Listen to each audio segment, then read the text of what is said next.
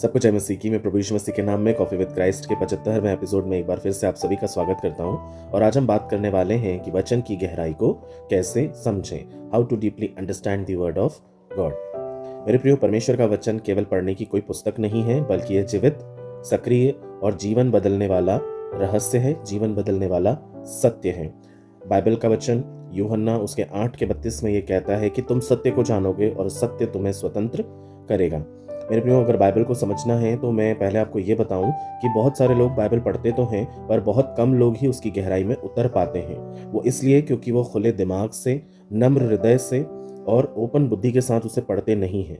इस वजह से वचन उनको कई बार समझ में नहीं आता है। दूसरा, वचन जो लिखा गया है उसमें यहूदी शब्दों का प्रयोग किया गया है, यूनानी शब्दों का प्रयोग किया है, जिसे पढ़ पाना बहुत मुश्किल महसूस होता है, बहुत मुश्किल प्रतीत होता है। इसलिए हम उसे पढ़ने में अपना इंटरेस्ट खो देते हैं। तो कई बार बाइबल उस वजह से भी हमें समझ में नहीं आती है। पर आज मैं आपको बताऊंगा कि वचन को कैसे पढ़ें और कैसे नहीं पढ़ें, और उसे कैसे समझें और अपने जीवन में हम वचन का पालन करते हुए कैसे जिएं। जी हाँ, तो सबसे पहली बात है कि मैं आपको 5 बातें ऐसी बताऊंगा आत्मिक, जो आपके जीवन के लिए बेहद जरूरी है। यदि आप मसीह में हैं और आपको और बढ़ना है तो आप जरूर से इसको फॉलो कीजिएगा। तो पहली बात है, प्रार्थना से पहले पढ़ें, बुद्धि नहीं परंतु परमेश्वर से प्रकाश मांगे। मेरे प्रियो, बाइबल जो है वो तर्क से कभी भी समझ में नहीं आने वाली है। उसके लिए आपको परमेश्वर से एक दिव्य प्रकाशन को मांगना होगा, और प्रकाशन से ही आप उसे समझ सकते हैं, है ना। प्रकाशन का मतलब है कि यदि आप जैसे ही बाइबल खोलते हैं, आप वचन को पाते हैं और आपको वो वचन समझ में नहीं आता है, तो आप उसके लिए प्रार्थना करें कि हे परमेश्वर, मुझे बताइए कि इस वचन में क्या गहरा रहस्य छुपा है और इसे मेरे सामने खोलिए। इससे मुझे आप क्या सिखाना चाहते हैं, पूरे दिन भर आप उसको मनन करें। बाइबल में जो भी वचन लिखे हैं मेरे प्रियो, वो ना बहुत सारे सत्य को लेकर और बहुत सारे रहस्यों को लेकर लिखे गए हैं, है ना। मैं आपको आगे और बहुत अच्छी बातें इसके विषय में समझाऊंगा कि किस तरह से बाइबल को लिखा जाता था और क्या कुछ लोग उसको लिखने के समय में किया करते थे। तो ये बहुत अच्छे से आपको ध्यान रखना है कि जिस प्रकाशन को आपको मांगना है, आप उसी पे स्टिक रहें।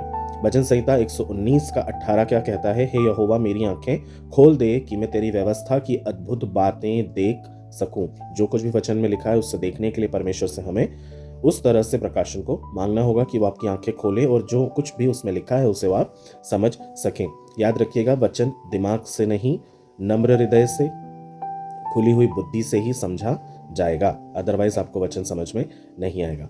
दूसरा है, पवित्र आत्मा को अपना शिक्षक बना लें या बनने दें।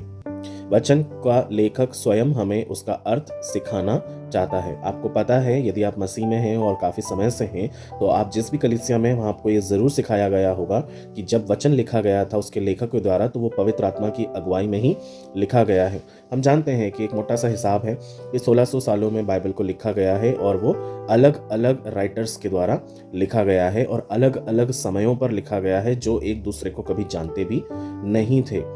स्पेशली अगर हम पुराने नियम की बात करें तो उनके राइटर्स एक दूसरे को नहीं जानते थे। नए नियम में कुछ एक राइटर्स एक दूसरे को जानते होंगे, पर पुराने नियम में कोई किसी को नहीं जानता था। लेकिन सारे के सारे राइटर्स, सब ने अपने अपने समय में लिखा है। किसी ने भी एक दूसरे को जाना पहचाना नहीं है, लेकिन उसके बाद भी सब कुछ केवल एक ही व्यक्ति पर केंद्रित है, और वो है यीशु मसीह। सब कुछ एक ही व्यक्ति पर। ऐसा कैसे संभव हो सकता है? तो वो इसी से संभव हो सकता है कि पवित्र आत्मा की अगुवाई में वो लिखा गया है। यूहन्ना 14:26 हमें कहता है, परंतु सहायक अर्थात पवित्र आत्मा तुम्हें वो सारी बातें सिखाएगा। इसलिए परमेश्वर की पवित्र आत्मा को अवसर दें, उसे शिक्षक बनने दें, और वो आपके जीवन में उन वचनों को जरूर से सिखलाएंगे। बिना पवित्र आत्मा के बाइबल केवल एक किताब है मेरे प्रियो। पवित्र आत्मा के साथ बाइबल परमेश्वर की आवाज में बदल जाती है। इसलिए अगर आप पढ़ते हैं तो पवित्र आत्मा से मांगे कि पवित्र आत्मा आप मुझे सिखाएं, और पवित्र आत्मा आपको निश्चय वचन की गहराइयां सिखाएंगी। तीसरा है, संदर्भ में पढ़ें, सुविधा में नहीं। एक पद नहीं, पूरा पूरा अध्याय और परिस्थिति को पढ़ना जरूरी है, परिस्थिति को समझना जरूरी है। देखिए मेरे प्रियो, बाइबल ना बहुत रहस्यों को लेकर रखी है। मुझे मेरे किसी पासवान ने किसी समय में समझाया था कि बाइबल के एक एक वचन के अंदर रहस्य छुपा है। यदि आप उसे गहराई से पढ़ेंगे तो आपकी आंखें खुलेंगी और आपको चीजें और क्लियरली समझ में आएंगी। तब मुझे जिज्ञासा हुई कि मैं उसे और गहराई से पढ़ना चालू करूं। फिर जब मैं और पढ़ता गया तो मुझे ये समझ में आया कि बाइबल को मुझे सिर्फ यूं ही पढ़ के निकलना नहीं है, इसके कॉन्टेक्स्ट को मुझे समझना होगा। मुझे उस कल्चर में उस वक्त जाना होगा उस कल्चर में मुझे जीना होगा। जब मैं बाइबल का अध्ययन कर रहा हूँ तो हमें यहूदी यूनानी कल्चर को जीना होगा। जब हम उस कल्चर को देखेंगे, समझेंगे कि उस कल्चर में क्या होता था, कैसे लोग जीते थे, उनके लिए ये बातें क्यों थी, क्यों इस तरह का एग्जाम्पल इस्तेमाल किया जा रहा था परमेश्वर के द्वारा, तब मुझे बाइबल पढ़ना और आसान लगने लगा और मुझे समझ में आने लगा कि अच्छा, ये इस वजह से ऐसी बात यीशु मसीह ने इनसे कही है। दूसरा तीमुथियुस 2:15 कहता है, वचन का ठीक रीति से विवेचन करना ये हमें बेहद जरूरी है। आधा अधूरा वचन कभी भी आपको पूरा सत्य नहीं समझाएगा, इसलिए पूरी कहानी को या पूरे अध्याय को आप समझने की कोशिश करें कि उसके पीछे का कॉन्टेक्स्ट क्या है, बैकग्राउंड क्या है, वो कब लिखा गया था। और उसके लिए बहुत सारे आपको एडिशनल रिसोर्सेज भी मिलेंगे, जैसे स्टडी बाइबल्स होती हैं, जैसे ज़ॉन्डरमैन्स की मैं एक एग्जांपल के लिए दे रहा हूँ। मैं कोई ये नहीं कह रहा हूँ कि वो एक परफेक्ट बुक है, लेकिन मैं ज़ॉन्डरमैन्स की बात करता हूँ। उसके अलावा मैं सदनीश्वर बाइबल कमेंट्री की जो बुक्स हैं उनको मैं आपको रिकमेंड करूँगा कि आप उनके जो स्टडी बाइबल्स हैं आप उनको रेफ़र करें। और ऐसी बहुत सारी स्टडी बाइबल्स हैं, आप जो प्रेफर करना चाहें उनसे आप करें, जिसके अंदर पूरा का पूरा डिस्क्रिप्शन दिया रहता है कॉन्टेक्स्ट के साथ कि कौन सी घटना कब और क्यों हुई है। जब आप उन बाइबल स्टडीज को रेफर करेंगे तब आपको और क्लियर आइडियाज हो जाएंगे कि किस तरह से वचन को पढ़ना चाहिए। फिर चौथा है, ध्यान करें, केवल पाठ या पाठन नहीं करें ना। मेडिटेट करना है वचन को जब तक हम मेडिटेट करेंगे तभी वो हमें समझ में आएगा। देखिए, वचन का आपके हृदय में ठहरना बहुत जरूरी होता है, तभी उसे जीवन निकल पाएगा। यदि वचन ठहरा नहीं है तो वो एक मरे हुए बीज के समान है जो सूख जाएगा, जो शैतान के द्वारा चुरा लिया जाएगा। अब मेडिटेशन क्या करना है? मेडिटेशन यहोशू 1:8 के अनुसार करना है कि व्यवस्था की पुस्तक तेरे चित्त से कभी ना उतरने पाए, इसी में रात दिन ध्यान दिए रहना। परमेश्वर का वचन ये कहता है, तो हमें उसे रात दिन ध्यान देना है। जो वचन आपने पढ़ा है उसको मनन करते रहना है, बार बार पढ़ना है। एक बार में कभी नहीं समझ में आ रहा है, आप जितनी बार उस वचन को पढ़ोगे आपको नया रेवलेशन मिलेगा, आपको नई प्रकाशन मिलेगी, आपको नई समझ मिलेगी और आपको समझ में आने लगेगा कि एक ही वचन को 1000 तरीकों से आप प्रचार कर सकते हैं, 1000 तरीकों से आप समझ सकते हैं। जो वचन ठहरता है मेरे प्रियो, वही वचन में गहराई पाता है। इसलिए वचन का आपके हृदय में ठहरना जरूरी और ठहरेगा तभी जब आप वचन को मनन करेंगे। पांचवी और अंतिम बात है, वचन आज्ञाकारिता से समझ बढ़ती है। वचन पढ़ लिया, सब कुछ कर लिया, लेकिन उसके प्रति आज्ञाकारी भी होना है। वचन समझने का मार्ग मानने से होकर ही जाता है। आपने वचन पढ़ा, आपने सपोज करिए आपने नीति वचन पढ़ा, और नीति वचन सबसे ज्यादा अच्छी पुस्तक है यदि आपको बुद्धि और ज्ञान और समझ को प्राप्त करना है। अगर आपने नीति वचन का पठन करा है तो जो भी वचन आप पढ़ते हैं, एग्जाम्पल के लिए अगर आप नीति वचन 3:5 को पढ़ रहे हैं कि तू अपनी समझ का सहारा ना लेना वरन संपूर्ण मन से यहोवा पर भरोसा रखना, तब वह तेरे लिए, और उसी को स्मरण करके सारे काम करना, तब वह तेरे लिए सीधा मार्ग निकालेगा।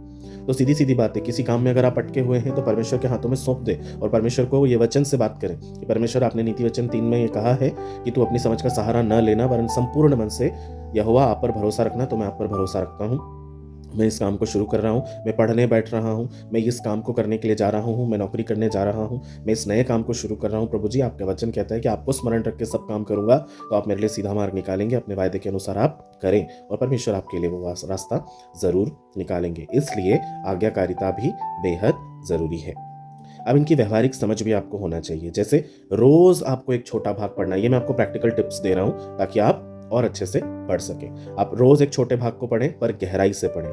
जरूरी नहीं है कि पूरी की पूरी बाइबल हमको पढ़नी है, हमको कोई ट्रेन नहीं पकड़नी है। ऐसा कहीं नहीं है कि हमको 1 साल में ही पूरी बाइबल पढ़ डालनी है, रट डालनी है। नहीं, हमको छोटा छोटा पढ़ना है, लेकिन हमको समझ के पढ़ना है। पद को पढ़ें, समझे कहाँ क्या हो रहा है, क्या हुआ था, किस कॉन्टेक्स्ट में हुआ था, प्रभु ने ऐसा क्यों कहा, उन सब बातों को आपको समझना जरूरी होगा। फिर प्रश्न पूछे, यह पद परमेश्वर के स्वभाव के बारे में मुझे क्या बताता है। अपने आप से प्रश्न करें और फिर परमेश्वर से मांगे और परमेश्वर आपको भेद की बातें प्रकट करेंगे। एक वचन लिखें और उसको पूरे दिन सोचें कि ऐसा क्यों हुआ था, ऐसा क्यों किया है परमेश्वर ने, ऐसा क्यों कहा है परमेश्वर ने। ठीक है, आप उन वचनों को लिखें और लिख कर आप उनको वर्सेस को उनके रेफरेंस के साथ याद करें कि किस किताब के किस अध्याय में कौन सी आयत में क्या लिखा है। इस तरह से आप उसको याद करके कंठस्थ करें, तब जाकर वो वचन आपके जीवन में और अधिक से काम करेगा।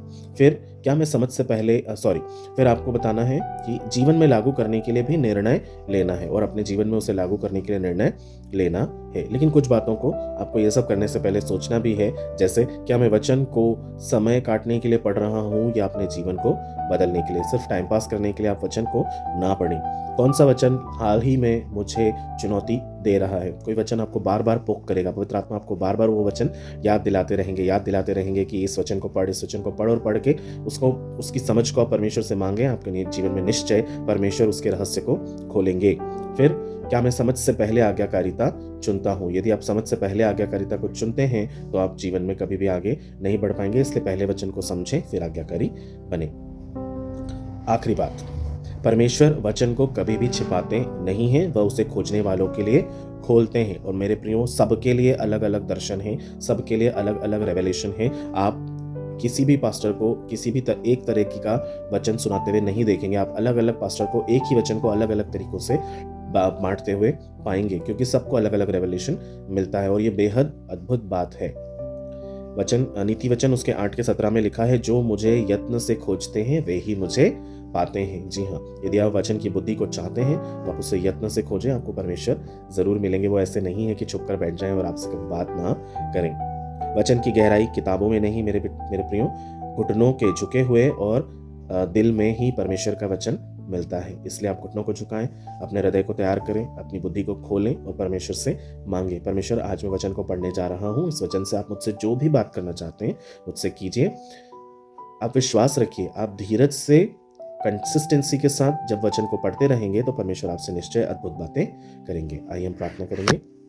प्यारे पिताजी, हम धन्यवाद के साथ आज के आप सुंदर समय में आपके पवित्र चरणों में सारे viewers, subscribers, friends, teachers, colleague, students को लेकर आते हैं। धन्यवाद के साथ पिता, इस वचन के द्वारा मैं आपसे विनती करता हूं कि आप जिस किसी को भी बुद्धि की कमी है आप बिना उलाहना किए उदारता से उन्हें दें, और प्रभु ने दे दी गई है ये विश्वास करता हूँ प्रभु जी। और मैं मांगता हूँ प्रभु कि उनकी बुद्धि और ज्ञान और समझ आपके वचन के पढ़े जाने पर खुल जाने पाए, प्रभु उनकी बंद आंखें खुल जाने पाए और वे आत्मिक रीति से उन्नति करने पाए, आपके वचन की गहराई को और अधिकाई से समझने पाए, जिससे कि वो अधिक अच्छे से पिता परमेश्वर आपके वचन को पढ़ें और जीवन में उसका पालन करने वाले और आगे चलकर एक अच्छे शिक्षक और प्रचारक बनकर खड़े होने पाए। पिताजी, मैं आपके हाथों में ऐसे सभी लोगों को सौंपता हूं जो आपके वचन में और बढ़ना चाहते हैं। प्रभु आप उन्हें वचन की समझ दें, उनको मदद करें, उनकी सहायता करें अपनी पवित्र आत्मा के द्वारा। आपने ऐसा पूरा कर दिया है, उसके लिए धन्यवाद देता हूँ। सारा आदर, मान, महिमा, इज्जत, गौरव, जलाल सब कुछ आपको देता हूँ और यीशु मसीह के नाम से इस प्रार्थना को मांग लेता हूँ। दया करके सुनिए और ग्रहण कीजिए।